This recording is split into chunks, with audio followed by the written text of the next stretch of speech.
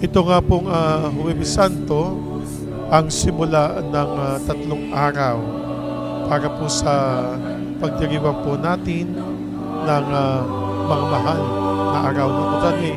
Ito yung Triduo na ang pagsimula ng pagpapakasakit, pagkamatay, hanggang sa muling pagkabuhay ng ating Panginoon. Huling hapunan ng ating Panginoon. At kasama po dito ang paghuhugas ng paa ng mga apostoles.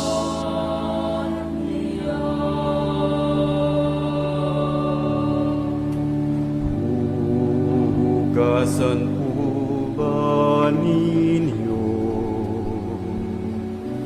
ang paa ko, O Panginoon?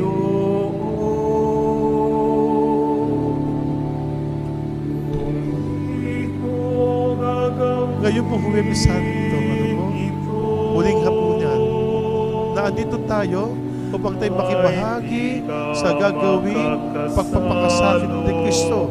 Ang buhay ng ating Panginoon Diyos ay inialay sa atin. Pag-unawa mo ngayon ang minimiti ko at matatanto mo rin ang ibig sabihin nito, Panginoon. Ultimo himla ng kanyang hininga ibinigay niya sa atin.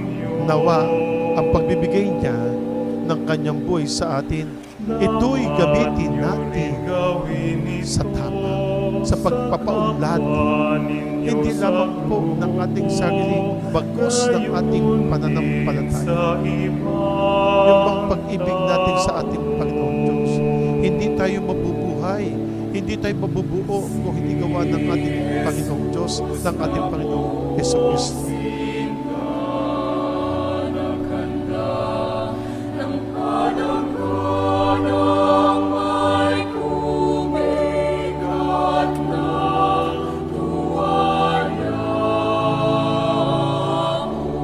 Tayo na nagkasala, ang Diyos pa ang gumawa ng paraan upang tayo manumbalik sa Kanya. Diyos na ang pinagkasalan, ang Diyos pa ang nagdusa. Pero tinanggap niya kahit ang kamatayan, maligtas lamang tayo. At sa paghuhugas niya ng mga paa ng kanyang mga alagad, sa panahon po natin ngayon, hinuhugasan ni Kristo ang bawat isa sa atin.